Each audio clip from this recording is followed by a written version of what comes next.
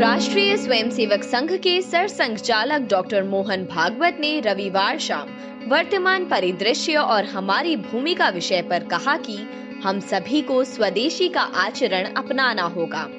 स्वदेशी का उत्पादन गुणवत्ता में बिल्कुल 19 ना हो। कारीगर, उत्पादक सभी को यह सोचना होगा। समाज और देश को स्वदेशी को अपनाना होगा।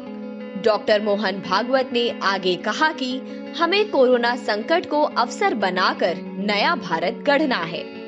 गुणवत्ता वाले स्वदेशी उत्पाद बनाने पर जोर दें। हमें विदेशों पर निर्भरता को कम करना होगा। हम यहाँ की बनी वस्तुओं का उपयोग करेंगे। अगर उसके बगैर जीवन नहीं चलता है तो उसे अपनी शर्तों पर चलाएंगे। यह पहला मौका था जब डॉक्टर मोहन भागवत ने किसी वर्चुअल प्लेटफॉर्म के जरिए संबोधन दिया। सामान्य व्यक्ति को ऐसे समय में दिशा देने वाले लोग होने पड़ते हैं। अब विद्यालय खुलेंगे तो फिजिकल डिस्टेंस मेंटेन तो करना पड़ेगा आने वाले समय में कई दिनों तक। उसकी व्यवस्था कैसे होगी वो बताना भी पड़ेगा। समाज के लोगों को इकट्ठा के ये कैसे हो सकता है सोचना भी पड़ेगा। विद्यालय में, विद्यालय के आसपास के परिसर में छोटी संख्या में क्लासेस लगा सकते हैं क्या, ई क्लासेस लगा सकते हैं क्या, क्या करके विद्यालय की शिक्षा शुरू भी होगी और ये डिस्टेंस मेंटेन होगा। बाजार वगैरह शुरू होंगे लेकिन लोग इस अंतर को कायम रखने का पालन करेंगे। फैक्ट्री, उद्योग शुरू होंगे तब भी भीड़ नहीं होगी, अंतर रखकर अनुशासन से लोग चलेंगे। इसके लिए चिंता करने की आवश्यकता है। यानी राहत पहुंचाने का काम शायद कम हो सकता है, परंतु फिर से ये बीमारी न आए, उतावली न हो, इसके लिए समाज को दिशा देने का काम हमको करते रहना पड़ेगा।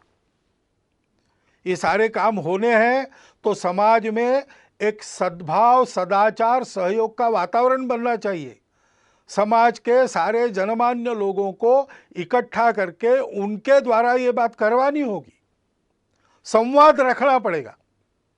अनुशासन पालन के बारे में स्वयं का उदाहरण और उपदेश उन लोगों को रखना पड़ेगा। उसके लिए उनके साथ भी बात करनी पड़ेगी।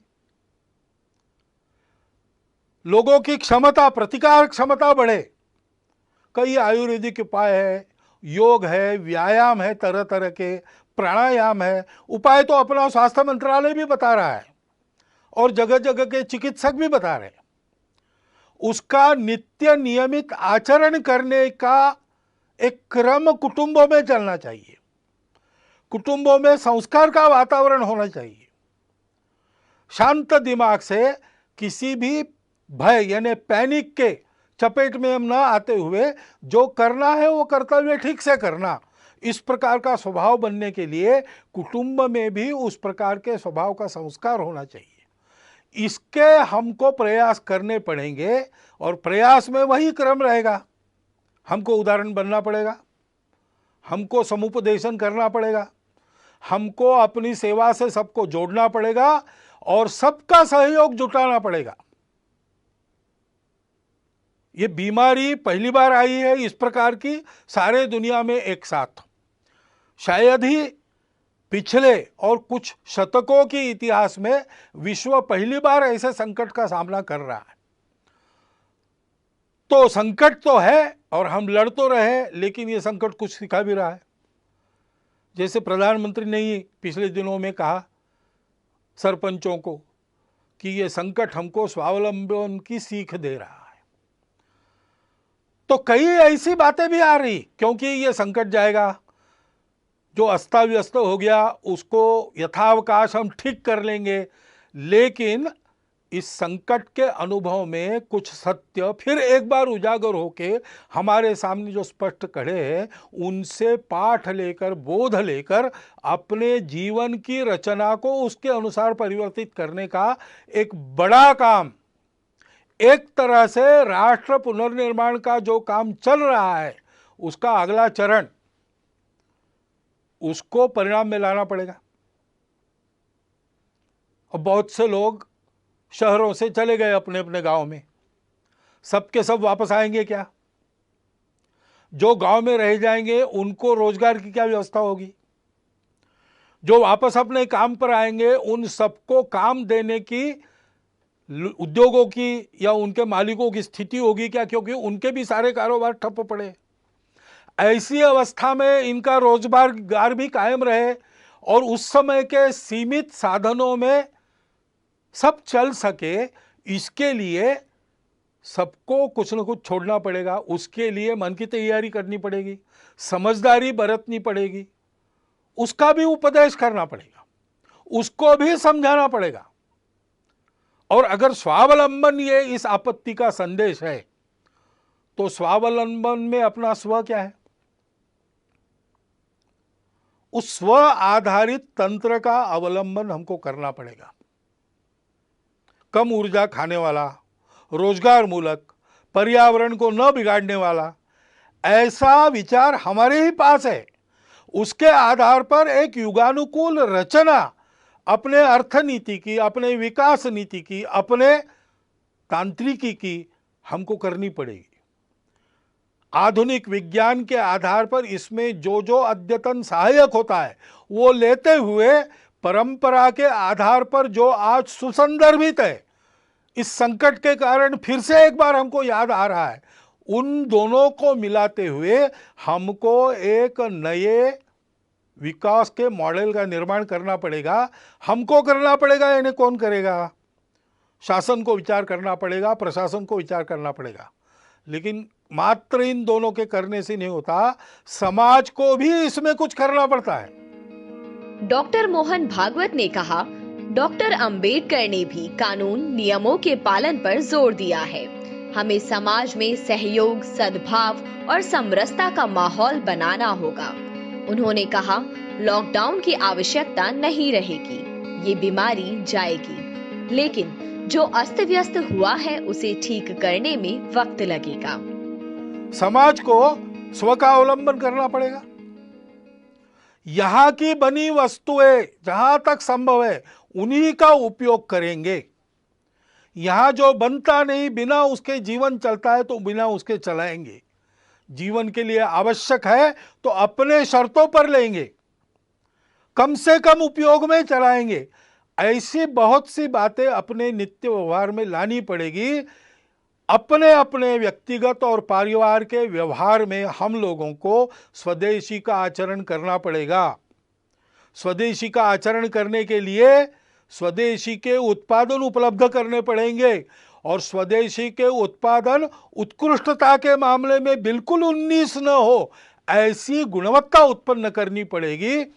उद्योजक, निर्माता, कारीगर सभी को इसके बारे में सोचना पड़ेगा और समाज को स्वदेशी पर दृढ़ होना पड़ेगा। विदेशों के ऊपर अवलंबन नहीं होना चाहिए, ऐसा हमको समर्थ रहना पड़ेगा। उसी प्रकार हमने अनुभव किया, अब जो बाहर निकलकर नदियों को वगैरह देख सके वो बताते हैं, लेकिन हवा का तो हम सब लोग अनुभव कर रहे हैं कि पर्यावरण बहुत मात्रा में शुद्ध हो गया। क्यों शुद्ध हो गया? क्योंकि कुछ क्रियाकलाप बंद हुए जो पर्यावरण को दूषित करते थे। अब फिर से अपना जीवन नियमित हम शुरू करेंगे तो कौन से ऐसे क्रियाकलाप कम से कम हम कर सकते हैं, बिना उसके काम भी चल सकता है, इसका विचार हमको करना पड़ेगा। पानी का उपयोग ठीक से, पानी का संवर्धन संरक्षण, वृक्षों का संवर्धन संरक्षण और प्लास्टिक से मुक्ति, स्वच्छता का पालन, जैविक तरीकों पर बल देकर गौ पालन, जैविक खेती आदि के आधार पर जीवन चलाने का हमको अभ्यास अपना करना पड़ेगा। अभी जो हमारा अभ्यास रासायनिक खेती आदि का है उसको बदलना पड़ेगा। उसके लिए सारे समाज का बनाना पड़ेगा। शासन की नीति वैसी बनेगी, लेकिन जब तक समाज उस प्रकार चलता नहीं तब तक उसका परिणाम नहीं होता। कुटुंब में भी हमको और इस प्रकार के संस्कार करने पड़ेंगे। बहुत दिनों के बाद जो भागदौड़ चल रही थी वो बंद हो गई, तो अपने घर में रहने का, सतत रहने का अनुभव बहुत लोगों को मिला। घर को भी अच्छा लगा और हमको भी अच्छा लगा। इसके बहुत अच्छे परिणाम होते हैं। संवाद बढ़ता है, समझदारी बढ़ती है, सौमनस्य बढ़ता है। और इसलिए कुटुंब में इन सारे बोधों की चर्चा, उसके आधार पर व्यवहार कैसा हो ऐसा संवाद चलना। जैसा अपना कुटुंब है वैसे समाज भी एक कुटुंब है। समाज के भी विचार करने वाले लोगों में, समाज का नेतृत्व करने वाले लोगों में इस प्रकार का चलना, चर्चा का चलना, संस्कार का, नियमितता का प्रभाव होना अपने जीवन पर, व्यक्तिगत और सामूहिक, इसकी चिंता हमको करनी पड़ेगी। नागरिक अनुशासन के पालन में हम सबको तत्पर होना पड़ेगा। भागवत जी ने प्रधानमंत्री द्वारा सरपंचों को दी गई स्वावलंबन की सीख का उदाहरण देते हुए कहा कि हमें अपनी अर्थनीति, विकास नीति की रचना अपने सिस्टम के आधार से करनी होगी। जहां जहां उस अनुशासन का पालन लोग कर रहे हैं वहां कोरोना का उपद्रव कम है, और जहां इस अनुशासन की आदत न होने के कारण गड़बड़ हो रही, वहां कोरोना की चपेट में अभी भी देश का कुछ भूभाग है। और इसलिए उस अनुशासन का पालन करना, भगिनी निवेदिता ने कहा है कि देशभक्ति का स्वतंत्र देश में रूप तो नागरिक अनुशासन का स्वयं होकर सारे नागरिक पालन करते, इतने वो समझदार होते, यही है। डॉक्टर अंबेडकर साहब ने भी संविधान प्रदत्त करते समय जो भाषण संसद में किए थे, उसमें इस प्रकार की कानून व्यवस्था, नियम आदि का पालन करने पर बहुत जोर दिया गया है। हमको अपनी इस आदत को और ताजा और धार वाला करना पड़ेगा।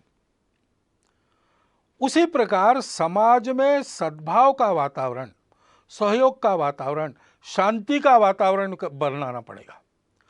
शासन तो संस्कार मूलक शिक्षा नीति जल्दी लाना पड़ेगा उनको, क्योंकि ये सारे काम शासन की नीति, प्रशासन का नीति को ध्यान में रखकर समाज को अपना मानकर अमल करने का तरीका और समाज का आचरण से सहयोग, इन तीनों बातों के एकत्र आने के बाद ही संभव होता है।